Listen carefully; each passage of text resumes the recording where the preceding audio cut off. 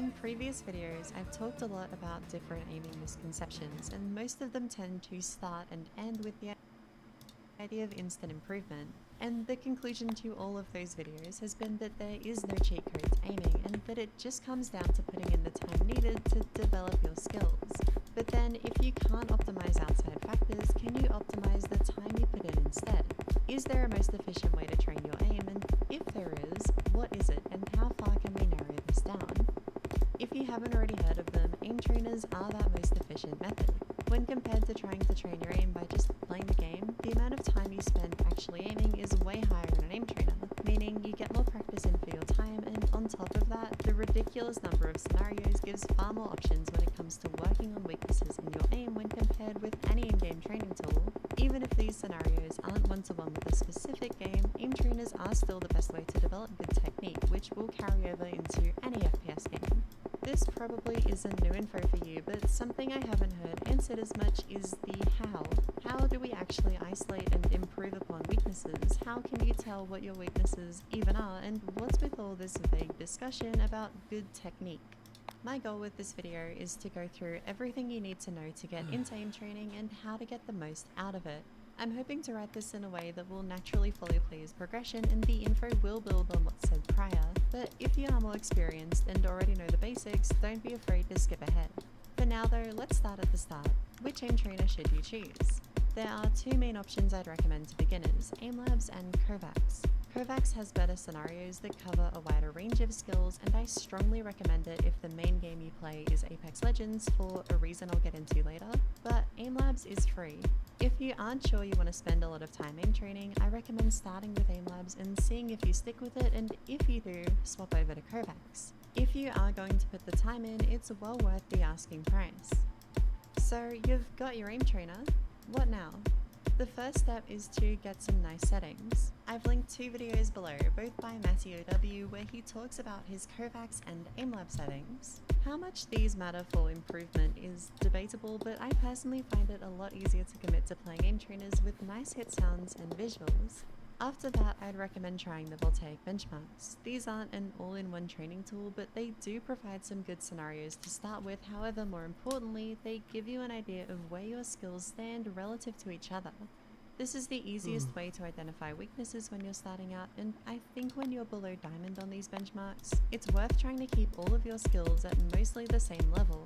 So if you have any categories or scenarios that are significantly lower than everything else, try to bring those up to the rank of your best skills. This is because even though some skills are more applicable to some games than others at all levels, but especially when first starting out, the concentrated practice that any of these scenarios provide will benefit you in game, even if right now it might not be obvious how these things link together.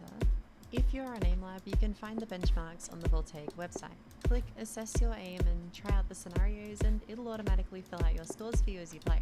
This is going to be done with Kovacs benchmarks at some point in the future, but for now you can find them on this spreadsheet. You fill your scores in here as you play each task, or you could use the auto updater tool, which does this for you, and all three of these are linked in the description. I would recommend only playing the benchmarks maybe 2 times a week at most. They are good for testing yourself, and especially when you're first getting into aim training, they will help you improve, but I still think most of your time should be spent practicing. This practice comes in multiple forms. How I approach this personally is something I'll cover in a bit, but as a baseline when starting out, if you want to aim train every day, I would recommend spending 3 days playing playlists that target weak areas in your benchmarks, 2 days playing either the fundamental or game-specific routines for your game of choice, and the other 2 days benchmarking, but this is just a guideline. I've also linked a bunch of both game-specific and weakness-focused routines by myself and others in the description as starting points, but these are just guidelines as well. As your main weaknesses or main games change, you should change routines to match, but you can customize them further. If you think a routine is too long for how much time you have or too hard for your current skill level, don't be afraid to remove scenarios or change scenarios out for easier versions. It's totally okay to change these things to suit your preference or time restrictions. There is a more important discussion to be had when it comes to time management and aim training though, which is how you should balance your time spent in the game versus aim training. This varies so much, it's hard for me to even give a rough estimate, but it depends on your experience and game of choice. The less experienced you are on mouse and keyboard, the bigger the benefits of aim training will be, since an hour of aim training for a person who started playing on PC yesterday is a much larger percent of their total playtime than an hour of aim training would be for me. Because of that, it's easier to justify playing more aim training relative to others when you're brand new. The other big factor is which game you play. Valorant and most other tactical shooters forces its players to get very good at one specific skill, micro adjustments. There are exceptions, but you can win a lot of gunfights in that game by just being able to make small movements accurately. Compare this to Apex or other high time to kill games, where its wider weapon variety and higher time to kill force more consistent and varied aim over a longer period, placing a higher demand on raw mechanical skill. This means that the benefits of aim training will shine through more in Apex, especially scenarios like Control Sphere, Whisk Sphere, and Air, which not only feel very analogous to tracking in that game, but they also develop very important fundamental skills and basically force good technique, which will help you in game. This is also why I recommend Kovac so strongly for Apex players, by the way. AimLab doesn't do scenarios like this nearly as well. These tracking tasks will help in Valorant as well, but only for the fundamentals and skills they build. The movements don't directly translate, but a pin in that, I'll come back to this later. So those are the two main factors, skill level and game of choice. Personally though, I'd put an upper limit of spending 20% of your daily FPS playtime in an aim trainer. Past this, you're typically getting into the territory of diminishing returns, and that time is better spent playing the game. A little bit ago I mentioned technique, and this is a topic with so much depth I can't cover it all in this video, but I think it can be underpinned with a single idea, which is making your mouse movements more efficient. This on its own is somewhat meaningless, but it should become a bit more valuable after going through some of the aiming categories and seeing how it applies within them. Static clicking is, on its surface, the simplest category, and when I first saw a scenario like this, I thought, how could this possibly be useful? It's just dots on a wall, and yet it's invaluable for developing and refining proper flick technique. When you're playing scenarios like this, try to make a fast initial flick which lands close to the target before making a smaller movement to correct for any errors made during your first. The simplicity of this scenario type is its strength. These two core movements, the flick and micro correction, appear everywhere in more advanced forms, but by stripping away all of that fluff, you can isolate the underlying motions. To link it back to that key idea, there are two main ways you should try to optimize your mouse movements. For both initial flicks and micro adjustments, you want to try and draw as straight of a line as possible between your starting point and the target. Curving or having jagged lines is a pretty common issue and something to try and smooth out sooner rather than later, even if it comes at the cost of initial flick speed. The second thing to focus on is where your flick lands. Obviously, dead on is ideal, but this isn't always possible, and underflicking is far preferable to overflicking. This is because of the change in the direction of the force you're applying when you overflick and have to correct backwards. It's a lot harder than just following through with the same motion. This concept is even more applicable to tracking, it just applies in different ways. One of the most common issues I see in tracking is over-adjusting after the target changes directions. Both overshooting and landing on the far side of the target are suboptimal here, since even if you don't miss initially, you're still moving the mouse more than you have to. This increases the amount of distance the target travels relative to your crosshair, making their movements harder to read. This often leads into chaining these over adjustments together, which leads to this feeling of always lagging behind what the target's actually doing.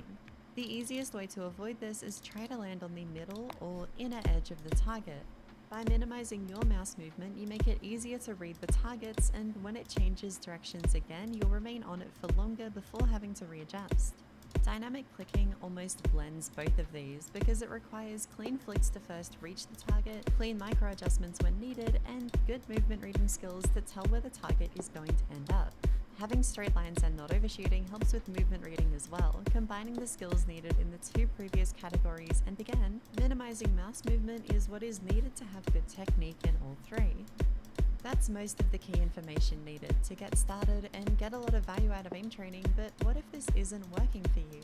Maybe you've reached a plateau and you're looking for a new way to practice. And I think this will happen to everyone at some point. Routines are good, but can only get you so far, and in my opinion, past a certain rank you need to look into more self-directed training.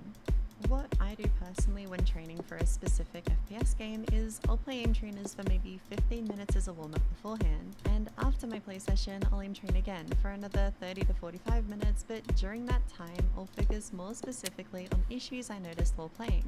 As an example, if I'm playing the finals and I notice that I'm somewhat shaky when trying to track with my arm, after my play session I'd play some smoothbot to try and address that issue instead of doing any weakness-specific routines. The caveat with this is that you have to be able to pick out your issues very quickly. VOD reviewing might be helpful if you can't do it in real time, but this is something I'd only recommend trying if you have hit that plateau and you want to try and change up your approach. But what is the benefit of choosing my own scenarios instead of choosing a routine containing scenarios that are meant to do the same thing? The answer to this is threefold. A minor reason is that I personally find I improve faster if I change up what I'm doing consistently. Picking out scenarios to play by hand lets me do that far better than swapping between different routines. The next is that routines can sometimes lead to autopiloting when you just hop on, play your routine, and pop off. This is fine and will still help, but I think forcing myself to be more mindful about what I'm playing and why I'm playing it helps give myself direction and prevents aim training from just becoming a habit. It's focused practice instead. Which leads well into the third point. Picking scenarios specifically gives me far more control over the level of focus I want to place on a certain skill. Even the best routines, unless they are made for you, can't target all of your weak points all of the time, but by doing this, I can make good on that initial pitch for aim training and isolate issues as specifically as possible to improve on them faster.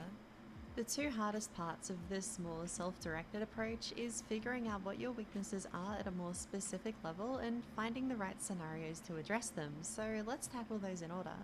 When VOD reviewing your aim trainer gameplay, try to find a top run of that scenario and compare and contrast your run with theirs. To be specific, look at the differences in your approach and what skills they're leaning into to play it the way they do. I think this is best explained with an example, so I'm going to compare my static runs with a previous top static player with a similar style to my own. Trust the mix. When watching these two, you can see that we have a similar initial accuracy for smaller flicks, and I might even be better at these, but over wider angles he both lands closer to the dot and corrects to it quicker. This is because most of the time when he does miss the initial flick, he stops before reaching the target, and all he needs to do is make a small correction in the same direction. Compare this to my run, I have more directional inaccuracy. My lines curve over wide distances, so I have to correct sideways, which takes longer. So I don't need to work on my closer flicks for now and should instead focus on cleaning up my lines on my wider ones. Even though Trusty and myself are fairly close in scores, this method still works with a wider skill gap between you and the person you're comparing to as well. Even if you can't isolate a specific thing that you're worse at, you can identify how they're approaching the scenario and figure out where you differ. For another example, my girlfriend JD has gotten into aim training recently and she watched Matty's VODs to learn from, even though she was several ranks lower. On Bounce 180 specifically, she noticed that he would mainly focus on targets towards the center of the map and often kill them right after they spawn, whereas she would focus on all targets equally and because of that lost a lot of score going for ones near the corners. By addressing this core issue in her approach, she was then able to focus on improving specific things like leading shots and building up speed over time instead of being stuck because of an incorrect technique. But how can you know what scenarios to play to actually do any of that? There is a list of recommended scenarios for Kovacs and Aimlabs by Voltaic, which has heaps of things to try out sorted by category, which should help narrow them down to what you're looking for. But if you want to be more specific, try to play variants of scenarios you know of by searching for the keyword of the scenario name or a part of the scenario's name. So for my example of trying to improve my static, if I type in 1W, one of the scenarios that comes up is 1W2TS, and by removing two of the dots, it forces me to isolate the larger flick specifically. Then if I search for that, 1W2TS Pokeball appears, which is a variant where I don't have to click, and I can just hold down mouse 1 for the entire scenario, letting me be even more specific with my practice. And then I can type in Pokeball and try all of these and so on. By trying different variants and taking note when a scenario is really good at targeting a certain issue, either mentally or by writing them down, you can build up a list of scenarios to refer to when you do identify an issue to work on. But of course, the hardest part of all of this is figuring out what a scenario actually trains. This is challenging for so many reasons and varies based on your approach, but I think that tearing down the core categorization the benchmarks use is a good start. And I know I've used this structure all throughout the video. It does have its uses, but when looking at aim at a deeper level, I think it's counterproductive to keep this limited framework. I'm sure you've heard something like static and dynamic for Valorant, smoothness is good for Apex, and reactive for Overwatch, and all of this is true, but I think it overlooks how interconnected aiming actually is as a skill. Like I broke down earlier, static isn't training you to hit stationary targets, it's isolating and refining your ability to make accurate initial flicks and micro-adjust afterwards. This level of deconstruction can be done to every category. They each develop core skills that will be applicable to other categories and games even if they don't explicitly contain that skill. So then, what is tracking training? Well, you're tracking, but also your micro-adjustments. When you break down a scenario like Control Sphere, it consists of a micro adjustment and a follow through, and when you look at it like this, its application in Valorant becomes a bit more clear. It's training those core movements, and even though they won't be as exaggerated in game, that control still translates. How about air then? Air trains a lot of things based on which bot you're on, but I'd like to zoom into this one. These long strafes are working on your ability to track other long strafes, but also developing the skill of going from a wrist micro adjustment into tracking with your arm while maintaining good smoothness. And then those arm movements are working on your stability, giving you a finer control over the speed your arm is moving at, which then, weirdly enough, will help your static dots. By developing that control with your arm, slowing down at the end of a flick becomes easier, your movements get less jagged, and transitioning into a micro adjustment is more fluid because you've already trained blending different muscle groups together. This series of links is kind of like a big ball of string. You find the right string to pull and it all comes loose. This is why working on weaknesses is so crucial as well. Even though it might not be obvious, a weak area might not just be an isolated weakness. It could be holding you back in other areas. This is a topic that extends so far outwards I can't even start to cover it all here, but I hope these two examples are enough to get you thinking about scenarios, the skills they train, and how to work on weaknesses in a new and more in-depth way. And I think that's everything I want to cover in reference to the topic, but I just want to say a massive thank you to making it to the end of this and for all the support on my recent videos. It's a little surreal, to be honest. I wasn't expecting to get to 20k in like months, and it looks like it's not going to be long before we get to 30k now. This has all gotten me to take YouTube and content creation a bit more seriously, and I want to try to do this as a job if I can. So, as weird as it sounds to announce, I have a Patreon now. The benefits for each tier up on the screen, and I've tried my best to offer some nice rewards, but please don't donate if you don't have the money to. This is just if you've got some extra money and want to support what I do. I appreciate you all wanting to watch what I make either way, and thanks again.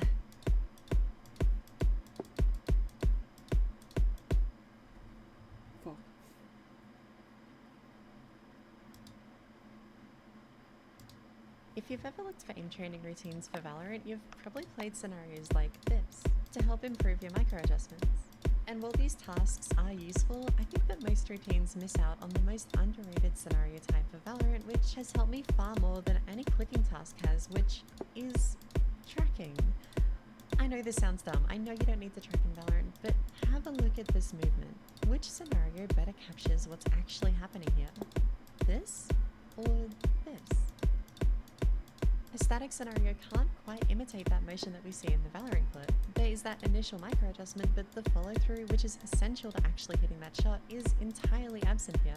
That doesn't mean that static scenarios are useless, I play them a lot myself, but I think they should be at least supplemented by, if not played in equal amounts to, control-focused tracking tasks when aim training for Valorant. These scenarios also force you to have much better technique on your micro adjustments than static does. Trying to adjust like this in-game just isn't consistent enough to be viable, but works well in a lot of static dot scenarios. By requiring you to track after the initial motion, these scenarios will force you to develop controlled and smooth micro adjustments which are far more consistent than trying to instantly snap to a target's head. You also get a lot more practice in for your micro adjustments specifically per minute than you would in most static scenarios, especially if you're trying to train micro adjustments from a stationary point instead of after a flick. So, what scenarios are the best within this niche? Control Sphere was the scenario that introduced me to this niche and all the benefits it can have, both for Valorant but also just for getting better overall aim. But I think a lot of people haven't gotten the most out of this scenario because of trying to maximize score without fixing the issue this scenario is trying to correct: poor control or micro adjustments. A lot of the time when I see a recording of this task, the person playing will focus on correcting back to the target as quickly as possible, leading to their adjustments being very unstable. I honestly think the best way to approach this scenario is by playing with very little urgency. Let yourself get comfortable and consistent with the movements before trying to speed up. Even if it comes at the initial cost of your score, it's better in the long run. Focus on having clean adjustments when the target changes directions and matching the target speed smoothly once you've reached it. I'd recommend starting with a version of this scenario where you get at least 50% accuracy. This list is different difficulties of the scenario ordered from hardest to easiest, and you can move up to the next scenario once you feel like you're consistent with the one below. Next is Adjust Track, which I think is the only one of these scenarios to be made with Valorant in mind and isolates a slightly different skill compared to Control Sphere. That scenario is best played with a very relaxed style when first learning it, but what happens if you struggle to maintain consistency when adding back some urgency or can't force yourself to re-implement some speed? That's where scenarios like this come in, a tracking task that heavily punishes shaky micro-adjustments while having a target that blinks. Again, I know nothing really moves like this in Valorant, but what this scenario is trying to do is create a repeating situation similar to this. A target swings out wider than you expect, and you have to make a quick adjustment to catch up, but after that adjustment, you still need to avoid excess shakiness. While Control Sphere built fundamental stability on those micro adjustments, this scenario forces you to adjust with some speed without sacrificing stability. Playing like this simply won't work. You have to balance speed and accuracy here. Clover Raw Control is basically the same as Adjust Track and has easier movement, but is much, much smaller. This version here, with this tiny little target, is the easy version. The normal version is so small, I can't even see it under my crosshair. And while you might be tempted to play a larger version of the scenario, the stupidly small target size is the point here. When we aim, we have a tendency to use our arm for large movements and our wrist for smaller ones, but for something like this, unless we play at a very slow sensitivity, neither of them are precise enough to accurately track a target so small. Even when using my wrist, I tend to overshoot here. So what can we use instead? There is actually a third muscle group we can use when aiming, our fingertips, and this scenario basically forces us to fully utilize them to actually track the target here. A lot of people, myself included, haven't developed this muscle group as much as the other two, and because of that, don't tend to lean on it as much when making micro adjustments, but the benefits they offer apply in games as well, not just in scenarios like this one. For very small movements, they are the best tool we have, and this scenario is great at getting familiar with implementing them into our aim and improving our control with them. Air Angelic is probably the hardest to explain of the scenarios I included in this video. I think all its variants have value, but I want to specifically focus on Air Angelic Photovoltaic, which takes this plot from the original scenario, tweaks its behavior slightly, and turns it into a task that is incredible for improving at two things: target reading and adjustment control. It almost combines the skills the other scenarios in this video developed. You need fast adjustments to keep up with the target while maintaining control on those adjustments to ensure you can easily read its movements, while using your fingertips to help compensate for its larger focus on vertical movements. An issue I ran into while trying to improve at this task was over-relying on my wrist for adjustments. It doesn't change directions as fast as it might appear, so the limited range of motion of our fingertips doesn't matter too much, and implementing them properly made it much easier to reduce how much I overshot my adjustments. I'd also recommend playing versions of this scenario that are much easier than normal to help isolate movement reading and practice moving your mouse only as much as you need to. It really helped me keep my macros calm and controlled, even in